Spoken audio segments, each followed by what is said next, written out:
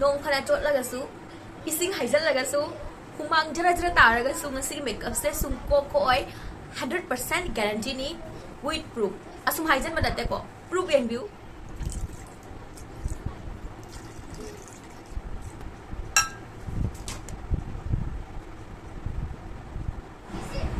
adu ding ngasi makeup se karam haya to ino haibado yeminasi ma'am ngasi makeup se di ai comment haibiri abako oily am oi habi out of control ko ai gi mai se adu ki mati oily kara I makeup se tawra ga mata long lasting oi de karam mai to gani makeup to haibiro ai na ngasi makeup se ke raga su yeng ba matam da yam hena ke ba man da bako adu ke di ke ri me abako ma'am adu raga su yeng ba matam da sum khara sum cham tak na uba natural sum man ba makeup ni ma'am yam ke da bi de phajabi man ba makeup ni abako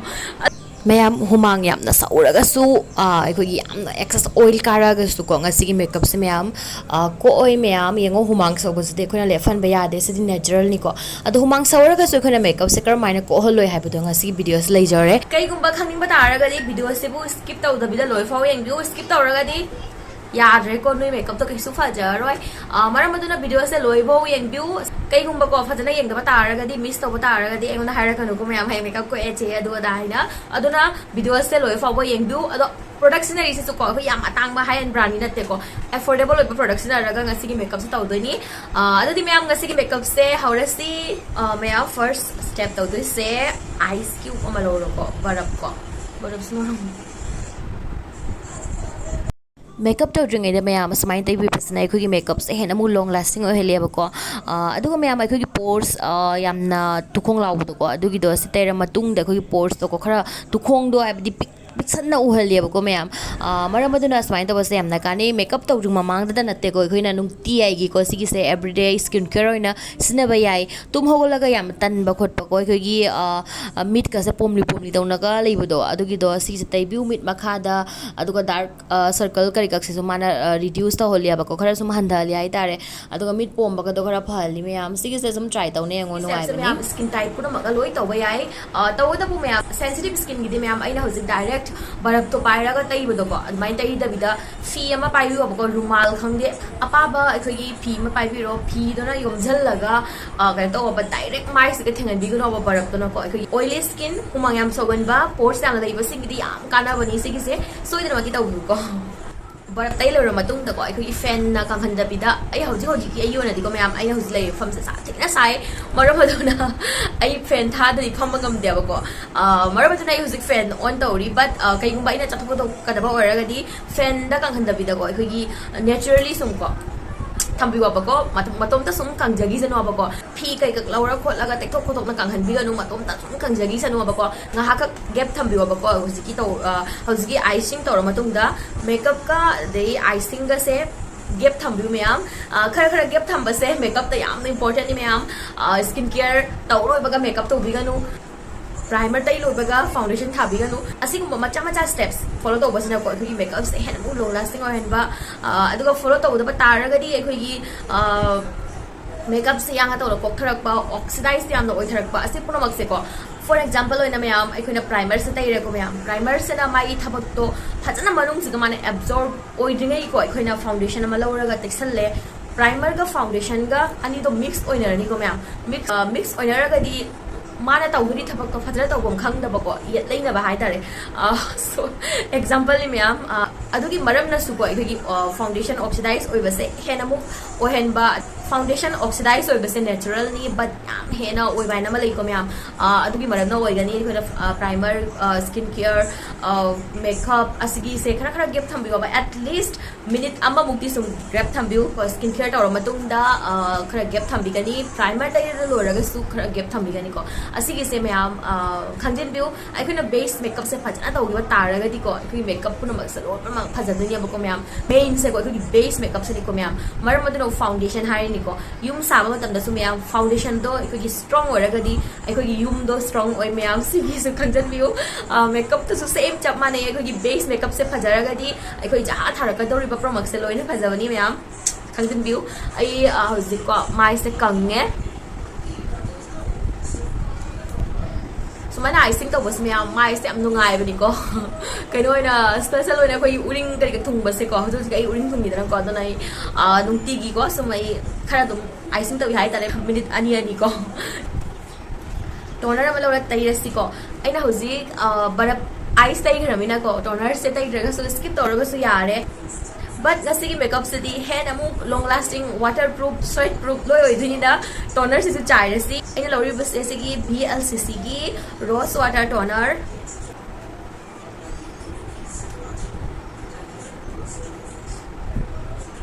toner se lora bani da hoji moisturizing sai se already thau yam na kai moisturizer tai da su yarani kholani arga moisturizer skip to biganu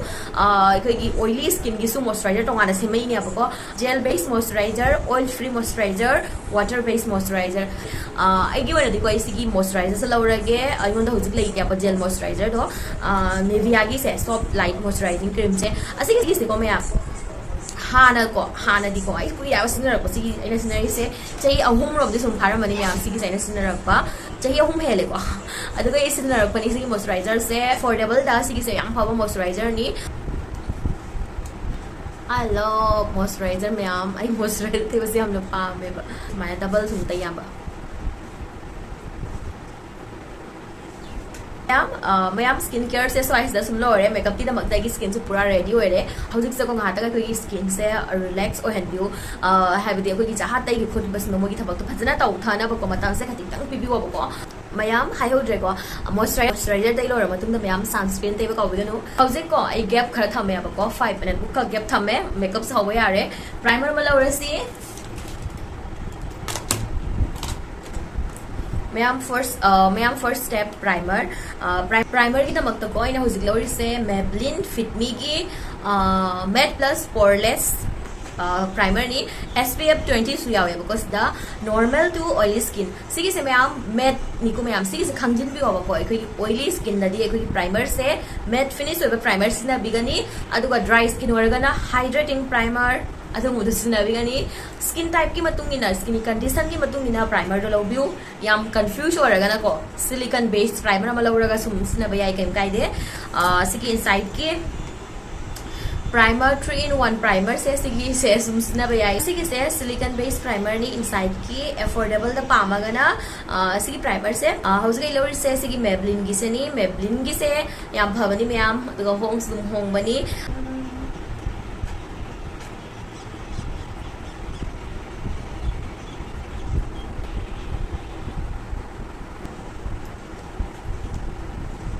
ma'am primer तय लोरे को primer का foundation की मरक सिका gap खर थम्बु को ma'am अखोई ngaतंग gap मनुंग सिका पिसुंग ए होबा याय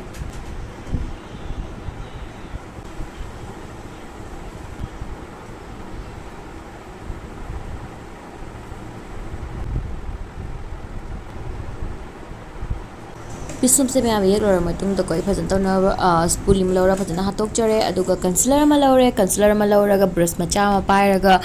पिसुम की बताई बताई से लोय संदोक पिरानी मैम स्माइल संदोक पसना कोई पिसुम येक पदा को सो की खोट की बयाव बसंद लोयना कोइना चुमदोक पे याय अदुगा पिसुम जु येंगक पदा यामना मसाना उयेबा को मैम खेना बसे सुम उइरमगनी वीडियो सदा हौसे मैम पिसुम से येकना लोयना लाक्चरे को हौसे तौदोइ से मैम येंगो ये उरिंग मैम सिंग से डार्क मैम उरिंग मैम सिंग लोयना कवर तौदोइनी हौसे आई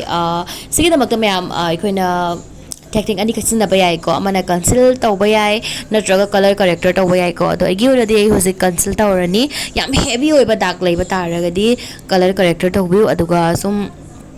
आई माइस हौजी डार्क बुदी ताई को अदोरगा सुसेगी डार्क सिंग लोइना कंसील ना लोइना खुमगिने अब को मरम अदने हौजी कंसील तौरे कंसील तौबगी दमकता आइखोगी स्किन टोन असदगी ममजन बा कलर लौदोइनी शेड अमा अनि ममजन बा कलर अदुगा कलर करेक्टर तौबगी दमकता कलरफुल ओइबा कंसीलर लौदोइनी मैम आइगी वीडियोस आइगी चैनल असिदा को ऑलरेडी लोइना अपलोड तौना थंबनेना करमाइना उरिंग माहिंग मेनगनी अमा लोइना को हौजी मैम कंसील तौन लोरे अदुगी मथक तुगो को स्किन टोन से चानब कंसीलर को लेयर तेबीरमगनी सितेबगी मरमदी मैम येंगो डार्क कलर दो सुम तैरग अखोइना थंब तारगदी को मथक अखोइना ꯇꯩꯕꯤꯗꯕ ꯑꯩꯈꯣꯏꯒꯤ ꯁ꯭ꯀꯤꯟ ꯇꯣꯟꯁꯤꯒ ꯃꯥꯟꯅꯍꯟꯗꯕ ꯇꯥꯔꯒꯗꯤ ꯑꯩꯈꯣꯏꯅ ꯑꯗꯨꯒꯤ ꯃꯊꯛꯇꯒ ꯊꯥꯔꯛꯇꯣꯔꯤꯕ ꯐꯥꯎꯟꯗꯦꯁꯟꯗꯣꯀꯣ ꯀꯂꯔꯗꯣ ꯆꯦꯟꯖ ꯇꯧꯔꯛꯀꯅꯦꯕꯀꯣ ꯐꯥꯎꯟꯗꯦꯁꯟꯗꯣ ꯃꯨꯁꯜꯂꯛꯀꯅꯤ ꯃꯌꯥꯝ ꯃꯔꯝ ꯑꯗꯨꯅ ꯁꯨꯃꯥꯏꯅ ꯂꯦꯌꯔ ꯑꯃꯒ ꯈꯛ ꯇꯩꯕꯤꯔꯝꯒꯅꯤ ꯑꯗꯨꯒ ꯃꯌꯥꯝ ꯑꯩ ꯐꯤꯡꯒꯔꯒꯤ ꯃꯇꯦꯡꯅ ꯗꯦꯞ ꯗꯦꯞ ꯇꯧꯔꯒ ꯕ꯭ꯂꯦꯟ ꯇꯧꯒꯅꯤ ꯃꯌꯥꯝ ꯌꯦꯡꯉꯣ ꯃꯌꯥꯝ ꯗꯥꯛ ꯃꯦꯟꯕꯅꯤꯅꯀꯣ ꯑꯩꯈꯣꯏꯒꯤ ꯑꯩꯈꯣꯏꯅꯅꯦ ꯕ꯭ꯂꯦꯟ ꯇꯧꯕ ꯃꯇꯝꯗꯀꯣ ꯑꯩꯈꯣꯏꯅ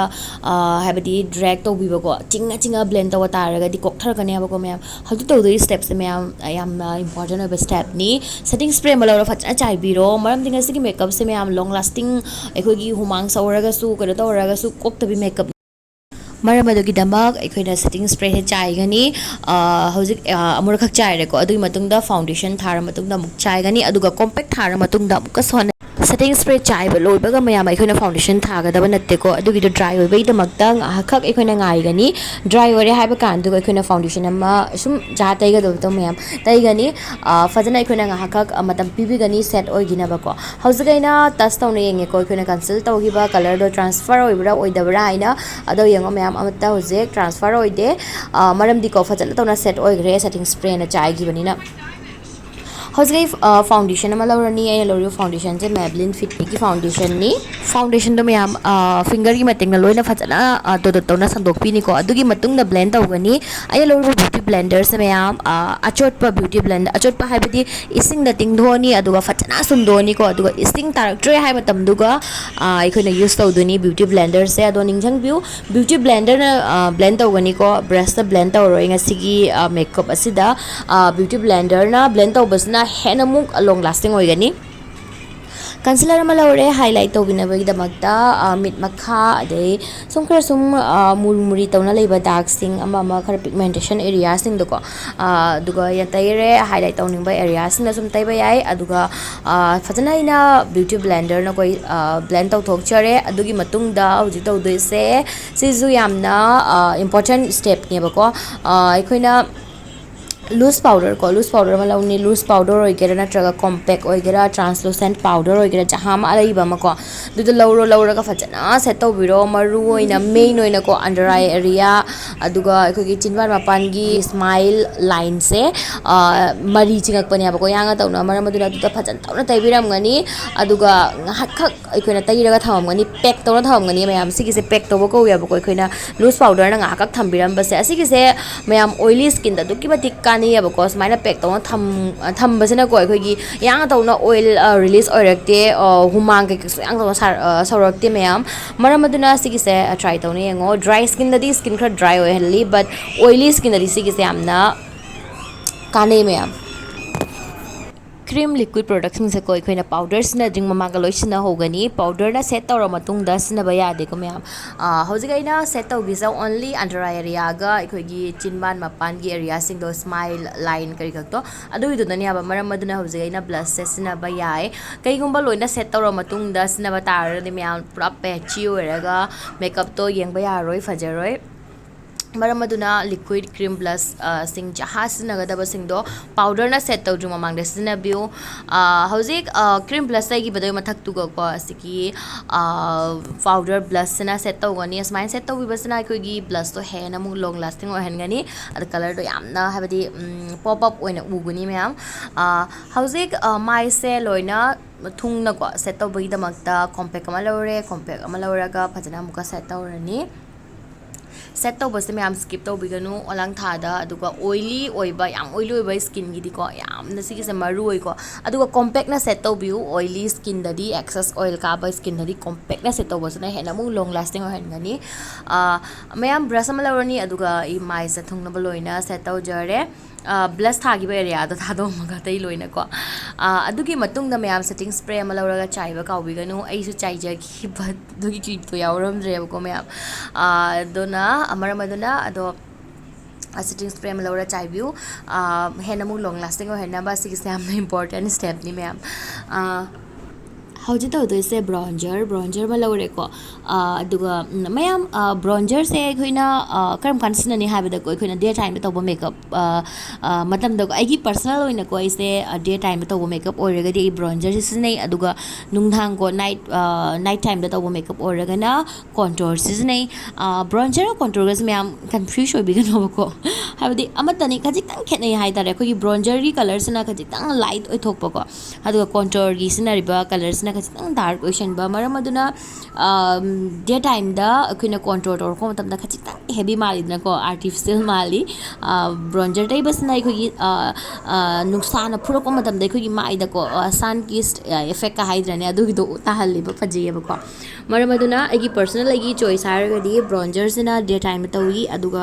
ꯀꯣꯟꯇ꯭ꯔꯣꯜꯁꯤꯅ ꯑꯩꯈꯣꯏꯒꯤ ꯅꯨꯡꯗꯥꯡꯗꯀꯣ ꯍꯦꯟꯅ ꯐꯖꯕ ꯍꯦꯜꯂꯤ ꯃꯌꯥꯝ ꯁꯣꯝꯒꯤ ꯑꯄꯥꯝꯕꯅꯤꯀꯣ ꯑꯩꯒꯤ ꯑꯄꯥꯝꯕꯗꯨꯗꯤ ꯃꯌꯥꯝꯗꯩꯅ ꯁꯦꯌꯔ ꯇꯧꯖꯔꯦ ꯍꯧꯖꯤꯛ ꯅꯣꯁ ꯀꯣꯟꯇꯣꯔ ꯑꯃꯨꯛ ꯇꯧꯔꯅꯤ ꯃꯌꯥꯝ ꯅꯣꯁ ꯀꯣꯟꯇꯣꯔ ꯇꯧꯕ ꯃꯇꯝꯗ ꯃꯌꯥꯝ ꯌꯦꯡꯉꯣ ꯑꯩꯅ ꯇꯧꯔꯤꯕ ꯃꯑꯣꯡꯁꯦ ꯁꯨꯃꯥꯏꯅ ꯄꯤꯁꯨꯝꯒꯤ ꯃꯊꯛꯁꯤꯕꯨ ꯆꯤꯡꯈꯠꯄꯤꯌꯨ ꯁꯤꯅ ꯑꯃꯨꯛ ꯍꯦꯟꯅ ꯅꯦꯆꯔꯦꯜ ꯃꯥꯟꯕ ꯍꯥꯏꯇꯥꯔꯦ ꯃꯌꯥꯝ ꯍꯧꯖꯤꯛ ꯑꯥꯏ ꯃꯦꯀꯞ ꯇꯧꯔꯁꯤ ꯑꯥꯏ ꯃꯦꯀꯞꯀꯤꯗꯃꯛꯇ ꯍꯧꯖꯤꯛ ꯑꯩꯅ ꯂꯧꯈꯤꯕ ꯄꯤꯡꯛꯇꯣ ꯂꯧꯔꯅꯤ ꯂꯧꯔꯒ ꯑꯥꯎꯇꯔ ꯀꯣꯔꯅꯔ ꯀꯣ ꯑꯥꯎꯇꯔ ꯚꯤ ꯑꯗꯨꯒ ꯀꯂꯔꯁꯦ ꯊꯝꯃꯅꯤ ꯑꯍꯥꯟꯕꯗ ꯑꯗꯨꯒꯤ ꯃꯇꯨꯡꯗ ꯕ꯭ꯂꯦꯟ ꯇꯧꯔꯒꯀꯣ ꯑꯩꯈꯣꯏꯒꯤ ꯀ꯭ꯔꯤꯁ ꯂꯥꯏꯟꯐꯧ ꯄꯨꯒꯅꯤ ꯂꯣꯏꯅ ꯐꯖꯅ ꯃꯌꯥꯝ ꯚꯤꯗꯤꯑꯣꯁꯦ ꯐꯖꯅ ꯌꯦꯡꯕꯤꯔꯣ ꯑꯩꯅ ꯉꯥꯡꯕꯗ ꯁꯣꯏꯕ ꯈꯣꯠꯄ ꯌꯥꯎꯔꯒꯁꯨ ꯑꯗꯨꯒ ꯉꯁꯤꯒꯤ ꯚꯣꯏꯁ ꯑꯣꯚꯔꯁꯦ ꯁꯥꯎꯟꯁꯦ ꯇꯥꯕ ꯃꯇꯝꯗ ꯌꯥꯝꯅ ꯅꯨꯡꯉꯥꯏꯔꯝꯃꯣꯏ ꯈꯪꯉꯤ ꯃꯌꯥꯝ ꯕꯠ ꯀꯩꯗꯧꯅꯤ ꯍꯨꯏꯅ ꯃꯔꯣꯟ ꯑꯃ ꯈꯣꯡꯉꯛꯏꯕ ꯃꯌꯥꯝ ꯌꯥꯗ꯭ꯔꯦ ꯑꯗꯒꯤ ꯉꯁꯤꯒꯤ ꯚꯤꯗꯤꯑꯣꯁꯦ ꯌꯥꯗ꯭ꯔꯦ ꯃꯌꯥꯝ ꯑꯗꯣ ꯃꯌꯥꯝ ꯁꯥꯎꯟꯁꯦ ꯏꯒꯅꯣꯔ ꯇꯧꯕꯤꯔꯣ ꯑꯗꯨꯒ ꯚꯤꯗꯤꯑꯣꯁꯦ ꯁꯨꯝ ꯌꯦꯡꯕꯤꯌꯨ ꯍꯧꯖꯤꯛ ꯂꯧꯔꯤꯕ ꯀꯂꯔꯁꯦ ꯃꯌꯥꯝ ꯕ꯭ꯔꯥꯎꯟ ꯀꯂꯔꯅꯤꯀோ ꯕ꯭ꯔꯥꯎꯟ ꯀꯂꯔ ꯑꯃ ꯂꯧꯔꯅꯤ ꯂꯧꯔꯒ ꯀꯣꯔꯅꯔ ꯔꯣꯝꯗ ꯇꯩꯒꯅꯤ ꯀꯣꯔꯅꯔ ꯔꯣꯝꯗ ꯃꯌꯥꯝ ꯗꯥꯔꯛ ꯊꯝꯒꯅꯤ ꯀꯂꯔꯁꯦ ꯑꯗꯨꯒ ꯏꯅꯔ ꯔꯣꯝꯗꯅ ꯈꯔ ꯂꯥꯏꯠ ꯊꯝꯒꯅꯤ ꯍꯧꯖꯤꯛ ꯈ꯭ꯋꯥꯏꯗꯒꯤ ꯂꯥꯏꯠ ꯑꯣꯏꯕ ꯄꯤꯡ ꯀꯂꯔ ꯑꯃ ꯂꯧꯔꯒ ꯌꯦꯡꯉꯣ ꯃꯌꯥꯝ ꯀ꯭ꯔꯤꯁ ꯂꯥꯏꯟꯒꯤ ꯈꯖꯤꯛꯇꯪ ꯃꯊꯛꯁꯦ ꯑꯞꯄꯔ ꯀ꯭ꯔꯤꯁ ꯂꯥꯏꯟ ꯑꯁꯤꯗ ꯐꯖꯅ ꯕ꯭ꯂꯦꯟ ꯇꯧꯕꯤꯔꯝꯒꯅꯤ ꯌꯦꯡꯉꯣ ꯍꯧꯖꯤꯛ ꯀꯂꯔꯁꯦ ꯌꯦꯡꯕ ꯃꯇꯝꯗ ꯅꯥꯟꯅ ꯎꯗꯦꯀꯣ ꯃꯔꯝ ꯑꯗꯨꯅ ꯁꯤ ꯀꯂꯔꯁꯦ ꯁꯨꯃꯥꯏꯅ ꯐꯖꯅ ꯕ꯭ꯂꯦꯟ ꯇꯧꯕꯤꯔꯝꯒꯅꯤ ꯑꯥꯏꯁꯤꯗꯣꯁꯦ ꯅꯥꯟꯗ꯭ꯔꯤ ꯐꯥꯎꯕ ꯕ꯭ꯂꯦꯟ ꯇꯧꯕꯤꯔꯝꯒꯅꯤꯀꯣ ꯍꯧꯖꯤꯛ ꯇꯧꯗꯣꯏꯁꯦ ꯀꯠ ꯀ꯭ꯔꯤꯁ ꯀꯟꯁꯤꯂꯔ ꯑꯃ ꯂꯧꯒꯅꯤ ꯑꯗꯨꯒ ꯕ꯭ꯔꯁ ꯃꯆꯥ ꯁꯨꯃꯥꯏꯅ ꯐ꯭ꯂꯦꯠ ꯑꯣꯏꯕ ꯕ꯭ꯔꯁ ꯃꯆꯥ ꯑꯃ ꯂꯧꯔꯅꯤ ꯑꯗꯨꯒ ꯁꯨꯃꯥꯏꯅ ꯇꯩꯕꯤꯔꯝꯒꯅꯤ ꯀꯠ ꯀ꯭ꯔꯤꯁ ꯁꯤꯒꯤꯁꯦ ꯑꯩꯈꯣꯏꯒꯤ ꯀꯠ ꯀ꯭ꯔꯤꯁ ꯇꯧꯕꯤꯕꯁꯤꯅ ꯀꯩ ꯍꯥꯏꯇꯥꯔꯦ ꯑꯩꯈꯣꯏ ꯀꯂꯔꯗꯣ ꯐꯖꯅ ꯑꯩꯅ ꯁꯤꯒꯤ ꯃꯊꯛꯁꯤꯒ ꯑꯉꯧꯕ ꯃꯊꯛꯁꯤꯒ ꯊꯥꯔꯗꯤ ꯀꯂꯔꯗꯣ ꯐꯖꯅ ꯃꯌꯦꯛ ꯁꯦꯡꯅ ꯎꯔꯦꯗꯅꯀꯣ ꯀꯂꯔꯗꯣ ꯄꯣꯞ ꯑꯣꯏꯅ ꯃꯔꯝ ꯑꯗꯨꯅ ꯑꯩꯅ ꯁꯤꯒꯤꯁꯦ ꯇꯧꯕꯅꯤ ꯁꯤꯒꯤ ꯁ꯭ꯇꯦꯞꯁꯦ ꯁꯤꯗ ꯇꯧꯗꯕꯤꯗ ꯗꯥꯏꯔꯦꯛ ꯑꯩꯈꯣꯏꯅ ꯀꯂꯔꯗꯣ ꯂꯧꯔꯒ ꯇꯩꯁꯟꯕ ꯌꯥꯏ ꯑꯗꯣ ꯑꯩꯒꯤ ꯑꯣꯏꯅꯀꯣ ꯑꯩꯅ ꯁꯨꯃꯥꯏꯅ ꯁꯨꯝ ꯇꯧꯕ ꯄꯥꯝꯕꯒꯤ ꯇꯧꯖꯔꯦ ꯃꯌꯥꯝ ꯁꯤꯒꯤꯁꯦ ꯇ꯭ꯔꯥꯏ ꯇꯧꯅꯁꯨ ꯌꯦꯡꯉꯣ ꯌꯥꯝꯅ ꯐꯖꯒꯅꯤ ꯑꯁꯤꯒꯤ ꯃꯊꯛꯁꯤꯒ ꯃꯌꯥꯝ ꯁꯤꯃꯔ ꯍꯥꯞꯄ ꯌꯥꯏꯀꯣ ꯁꯤꯃꯔ ꯑꯩꯈꯣꯏꯒꯤ ꯁꯤꯃꯔꯤ ꯁꯦꯠ ꯍꯥꯞꯄ ꯌꯥꯏ ꯑꯗꯣ ꯑꯩꯒꯤ ꯑꯣꯏꯅꯗꯤꯀꯣ ꯃꯦꯠ ꯁꯦꯠꯁꯦ ꯁꯨꯝ ꯊꯝꯃꯒꯦ ꯉꯁꯤꯒꯤ ꯑꯣꯏꯅꯀꯣ ꯑꯗꯨꯒ ꯃꯌꯥꯝ ꯃꯦꯠ ꯁꯦꯠꯁꯦꯀꯣ ꯑꯩꯈꯣꯏꯒꯤ ꯂꯣꯡ ꯂꯥꯁꯇꯤꯡ ꯑꯣꯏꯍꯜꯂꯤ ꯀꯣꯝꯄꯦꯌꯔ ꯇꯧꯔꯒ ꯁꯤꯃꯔ ꯁꯦꯠꯇꯒꯤꯀꯣ ꯃꯔꯝ ꯑꯗꯨꯅ ꯁꯤꯒꯤ ꯃꯦꯠ ꯁꯦꯠꯁꯦ ꯍꯥꯞꯄꯦ ꯀꯩꯒꯨꯝꯕ ꯃꯦꯠ ꯁꯦꯠ ꯄꯥꯝꯗꯕ ꯁꯤꯃꯔꯤ ꯍꯥꯞꯅꯤꯡꯕ ꯈꯖꯤꯛ ꯂꯥꯡꯒꯠꯄ ꯄꯥꯝꯃꯒꯗꯤ ꯁꯤꯃꯔ ꯁꯦꯠ ꯌꯨꯁ ꯇꯧꯕꯤꯌꯨ ꯀꯩꯝ ꯀꯥꯏꯗꯦꯀꯣ ꯑꯗꯣꯝꯒꯤ ꯆꯣꯏꯁꯅꯤ ꯑꯩꯒꯤ ꯑꯣꯏꯅ ꯁꯤꯒꯤꯁꯦ ꯍꯥꯞꯄꯦ ꯑꯗꯨꯒ ꯕ꯭ꯔꯥꯎꯟ ꯀꯂꯔ ꯑꯃ ꯂꯧꯔꯦ ꯕ꯭ꯔꯥꯎꯟ ꯀꯂꯔ ꯑꯃ ꯂꯧꯔꯒ ꯀꯣꯔꯅꯔ ꯔꯣꯝꯗ ꯁꯨꯃꯥꯏꯅ ꯇꯩꯕꯤꯔꯝꯃꯅꯤ ꯑꯩꯈꯣꯏꯒꯤ ꯖꯣꯏꯟ ꯇꯧꯈꯤꯕꯒꯤ ꯂꯥꯏꯟꯗꯣ ꯍꯥꯏꯗꯤ ꯍꯥꯔꯁ ꯑꯣꯏꯅ ꯎꯗꯅꯕꯀꯣ ꯗꯤꯐ꯭ꯌꯨꯁ ꯇꯧꯕꯤꯔꯝꯒꯅꯦꯕ ꯀꯂꯔꯗꯣꯀꯣ ꯁꯨꯃꯥꯏꯅ ꯃꯌꯥꯝ ꯁꯤꯗ ꯁꯨꯝ ꯂꯣꯏꯔꯦꯒꯤ ꯑꯥꯏ ꯃꯦꯀꯞꯁꯦ ꯁꯦꯝ ꯃꯤꯠ ꯃꯈꯥꯗꯁꯨꯀꯣ ꯀꯣꯔꯅꯔ ꯔꯣꯝꯗ ꯕ꯭ꯔꯥꯎꯟꯗꯣ ꯊꯝꯒꯅꯤ ꯑꯗꯨꯒ ꯏꯅꯔ ꯔꯣꯝꯗꯅ ꯑꯩꯈꯣꯏꯒꯤ ꯂꯥꯏꯠ ꯑꯣꯏꯕ ꯄꯤꯡꯛꯇꯣ ꯑꯗꯨꯒ ꯇꯩꯕꯤꯔꯝꯒꯅꯤ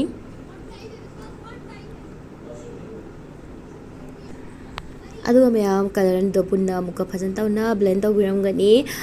ꯀꯂꯔ ꯌꯥꯎꯗꯕꯤ ꯕ꯭ꯔꯁ ꯑꯃ ꯂꯧꯔꯒꯀꯣ ꯃꯌꯥꯝ ꯐꯖꯅ ꯕ꯭ꯂꯦꯟ ꯇꯧꯊꯣꯛꯆꯔꯝꯃꯅꯤ ꯃꯁꯥ ꯅꯥꯟꯅ ꯐꯖꯅ ꯎꯅꯕ ꯍꯧꯖꯤꯛ ꯇꯧꯗꯣꯏꯁꯦ ꯃꯌꯥꯝ ꯑꯥꯏꯂꯥꯏꯅꯔꯒꯤꯗꯃꯛꯇꯀꯣ ꯉꯁꯤꯒꯤ ꯃꯦꯀꯞꯁꯤꯗꯤ water proof long lasting ꯑꯣꯏꯗꯣꯏꯅꯤꯅ ꯑꯥꯏꯂꯥꯏꯅꯔꯗꯨꯁꯨ water proof ꯁꯤꯖꯤꯟꯅꯕꯤꯌꯨꯕꯀꯣ ꯑꯗꯨꯒ ꯂꯩꯕ ꯇꯥꯔꯒꯗꯤ ꯖꯦꯜ ꯂꯥꯏꯅꯔ ꯁꯤꯖꯤꯟꯅꯕꯤꯌꯨ ꯖꯦꯜ ꯂꯥꯏꯅꯔꯁꯦ ꯌꯥꯝꯅ ꯂꯣꯡ ꯂꯥꯁꯇꯤꯡ ꯑꯣꯏꯕꯅꯤ ꯑꯩꯅ ꯁꯤꯖꯤꯟꯅꯔꯤꯕꯁꯦ ꯃꯦꯕꯂꯤꯟꯒꯤ ꯁꯤꯒꯤ ꯖꯦꯜ ꯂꯥꯏꯅꯔꯁꯦ